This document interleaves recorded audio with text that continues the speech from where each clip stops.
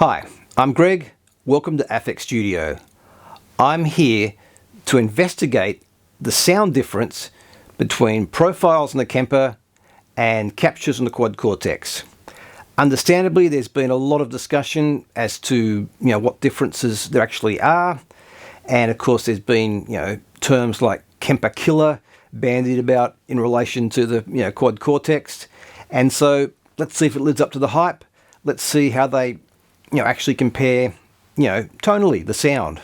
Both units can obviously do a lot more than just replicate the amp, but as in the analog world, the amp is the cornerstone, the foundation of our tone, and so if we haven't got a great sound there, there's only so much we can do, on top of that.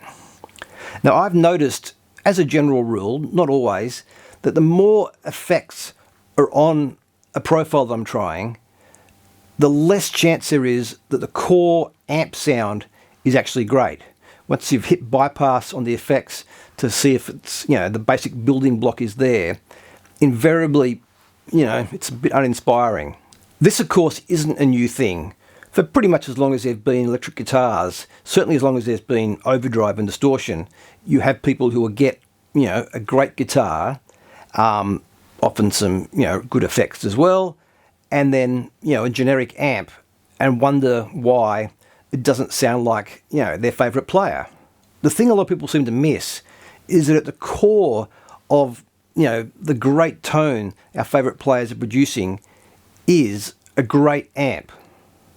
Doesn't matter what guitar they're playing or the effects beforehand, it all goes into a really good amp. It doesn't have to be an old one. It's not a case of vintage amps are always better or anything like that, but it's a high quality amp that is really a key part of their sound. There's also the quirks of the original player that make them play the way they do. It's harder to capture that without getting the police involved. Kidnapping is not to be recommended. So we have to stick to hardware and practice. My first test is to compare the straight audio path through the units. No processing, nothing happening, no captures, profiles, just to see what happens when the audio goes in and straight out again. Over the last few weeks, when I actually remembered to do it, I've been recording the straight audio path of both units compared to the sound of the console. So at the end of the profiling session, I plug the guitar straight into the amp, and then the output from the console is going to both units still, and also straight to Pro Tools, so it's not being filtered by them in any way. And then the output of both units is going to 2 more tracks in Pro Tools, so I have the same performance recorded through the 3 signal paths. Now, I actually recorded a lot more audio that I'm going to play you now, but when I chopped them up into short segments to put it together to listen to, I could not hear any difference. I'm sitting in the control room through my monitors and they sound identical. So I'm convinced that the units aren't affecting the sound. I'm still going to play this just so you can hear it for yourself. So I'm starting with, this was set up with my 64 cream, brown face, Bassman head and 212 cab. It's in the bass channel, which is basically the same as the Tweed Bassman circuit, and therefore also the first Marshalls. And I'm using my 50s style Tele for this one.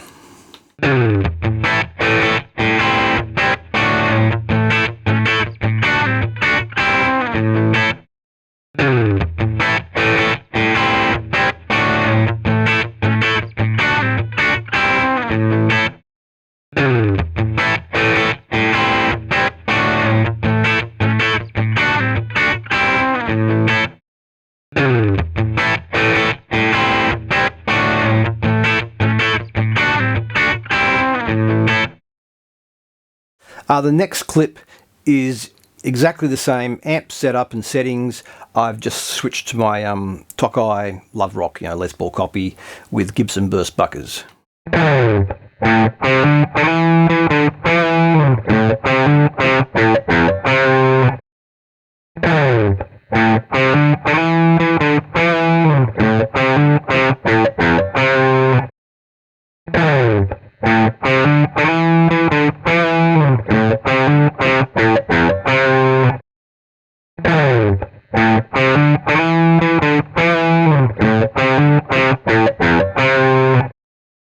when editing that one, I thought I was hearing just slightly more low mids and low end in a couple of the clips. When I investigated, they were all doing it at the same point. It was just the way I was playing, generating more low, overtones, or should they be undertones? Anyway, generating more bottom end. The last clip is using my JV Squire Strat with EMGs into a 5D3 circuit, wide panel Tweed Deluxe. The wide panel 5D3 circuit is quite different to the better known 5E3 narrow panel circuit.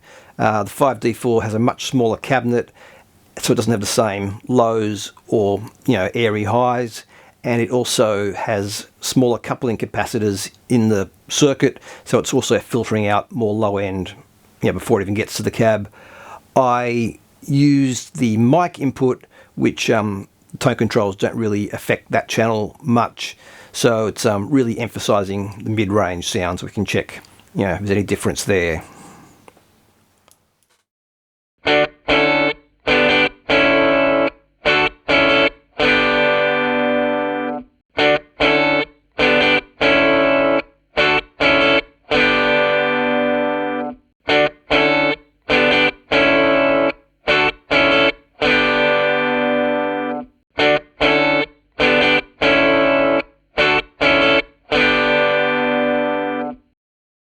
Okay, so the signal paths aren't affecting, the sound pre-profiling and capturing. It's any changes we might hear are to do with the capturing and profiling process. The next test is to compare the, the profiles and captures to the sound of the live mic'd amp in the room that was used to make those profiles and captures. So out in the studio, I have my old Rivera 3012 combo set up using the Fender style channel on a clean sound, and I'm going to swap between the profile or capture and that live mic'd amp.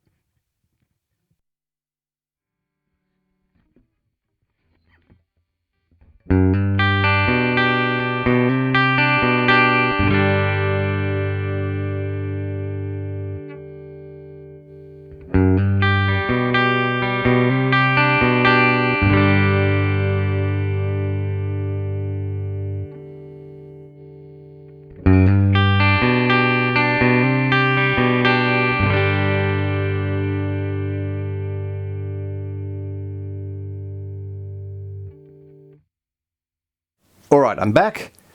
What do you mean you didn't notice I'd gone?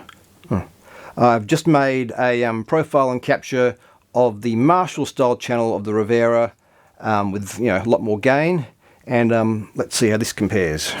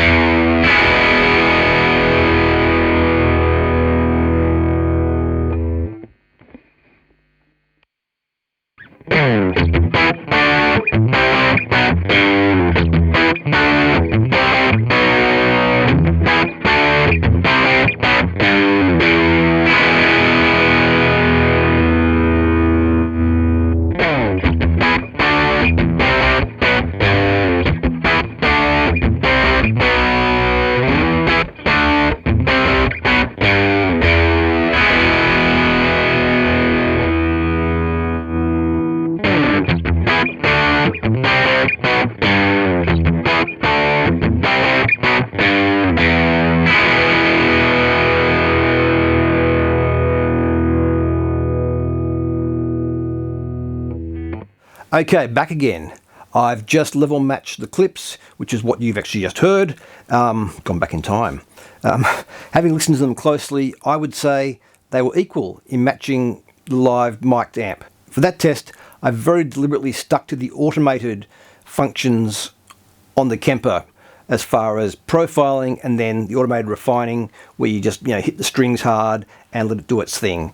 I would normally go in and adjust the extra parameters in the amp sub-menu, and you can see me explain that and show what's happening there in my refining video. But I just wanted to compare just what the units themselves are doing as far as capturing and profiling the amp. I'm aware that some people don't even bother doing the refining process. Why they don't do that, I don't know. All I can think is that maybe they tried it on one of the instances where the Kemper actually got it right first go. There are times when you finish your profile and you compare the two and they sound identical, and refining doesn't really add anything at all. But the majority of the time, the refining is needed to really bring it to the same level as the mic'd amp sound coming in, to the room. The fact that these sound equal was a bit of a surprise to me, and I only realised this when I first started making some comparison recordings to send to friends who were keen to know if the quad really was this game-changing Kemper killer that people have been talking about. And it was when I heard the playback side by side with the Kemper that I realised it actually sounded almost identical. Now, the reason I was surprised is that when playing the units while profiling and capturing, I was sure that the quad was homogenizing the sound slightly, sort of smoothing it out. It lost a bit of sort of depth and dimension, whereas the Kemper seemed to accurately, when it got it right, occasionally it didn't, but when it did get it right, the Kemper seemed to sound just like the mic'd amp, coming through the speakers. So I'm still a bit baffled as to what's going on. I don't record myself a lot. I'm mainly recording others. That's my job. But when I do record myself playing guitar, I'm normally sitting in here or standing up and hearing the sound of the mic'd amp in the room, through the monitors. And this, of course, is exactly what we're getting with the Kemper or the quad, in that it's not the same as standing in front of the amp and, that's where it sounds the best. A great amp standing in the room in front of it with nothing to impede that is, that's a pinnacle of tone in most cases. And I do my best to capture that accurately, the same as I do with any instrument, but it's never going to be 100% the same because no mic is as good as our ears. So does this mean the Kemper is better? Well, for me, yes. For you, not necessarily, quite possibly not. I think they're really aimed at different people, and I think a straight comparison beyond the quality of the profiles and captures is sort of a bit meaningless in some ways, in that they're trying to do different things beyond that. I know a lot of people are excited about the possibilities of parallel amps and all the weird and wonderful routing where you feed things back into here and across and everything else that you can do with the quad Cortex. And I'm sure in the future there's going to be some great sounds that have been generated on that future generations are going to be going, man, I just want to get that sound, but without the quad Cortex I just can't match it. And I'm sure others would buy it for that reason, and then after playing around with it decide that actually they were happy with a good amp capture and some effects. I'm certainly not suggesting that those of us that like old amps are somehow superior because we know how to tame crusty old valve amps. That's far from it. The point is that I think we're influenced by what we grow up using, what we're used to. Now, you may try the other thing and be a complete revelation to you where it's like, oh, where have you been all my life? Or, you might do it and just go, nah, I'm not happy. It's just too weird, whatever. I mean, for me, I'd be less likely to perform with the quad Cortex, the same as I'd be less likely to use the Kemper Stage. I've never been especially flexible, and only become less so over the years, and having to get down on the floor every time to make adjustments, it doesn't really appeal to me that much. Whereas for me, I love, with the Kemper, that I've got knobs, I know exactly what they do, and the buttons, so if I want to, adjust reverb level and things, I just got to reach over and do that. And then with the remote, It's just a bunch of switches, so it's like having a pedal board, except I don't have to get down and adjust the overdrive level on the floor either. But that's me, and hopefully you're a lot more flexible than I am. So, these are all just some of the factors that are going to, influence what's better or worse for you. The Quad Cortex is probably actually more faithful to the original sound, and does a slightly better job in that you don't have to, tweak anything afterwards to get it sounding its best, although I like being able to take it to another level. Of course, with both of these, they're only as good as what you put into them in the first place as far as captures and profiles. I do need to say at this point that I think both companies have undersold the skill required to do a good capture and profile. No different to audio software companies, really, who for years have been telling you, buy our workstation and you'll have a world-class studio in your bedroom. I'm running Pro Tools here, and I love Pro Tools. It allows me to do things I could never do when I was using analog tape, but it's not what makes me a good engineer. It's the skills to know where to put the mics, it's the quality of mics I'm using, it's the good rooms, it's being able to make informed decisions, through the monitors and things that really, allow me to do my job well. Now, I'm not saying you can't do it elsewhere, and if you watch my other videos, I've got some, tips and some suggestions on how we can do it in a less than ideal environment. And if I didn't have this studio here, I know I'd still be trying to do my own amps because, I enjoy doing that. And so I'm not trying to discourage anybody from that. Obviously, you've got guys like me who do have the facilities and the ability to accurately, make profiles and captures, who have them for sale, and that's great. I mean, for a small amount of money, you've basically got access to some really great amps and sounds. So that's the other side of this, which is also great. There's a community of people doing that and doing it really well. So if you've been watching this video trying to decide which one to buy, I really can't advise you. Sorry. All I can do is say, look, the sound quality of them both, as far as the captures and profiles go, is pretty much equal. The Kemper requires a bit more work to get there at times, not always. Of course, if you buy profiles and captures from someone like me, the work's been done, well, but obviously, try it yourself, and that's what I'd be doing as well before purchasing. So hopefully this has been entertaining, interesting, informative.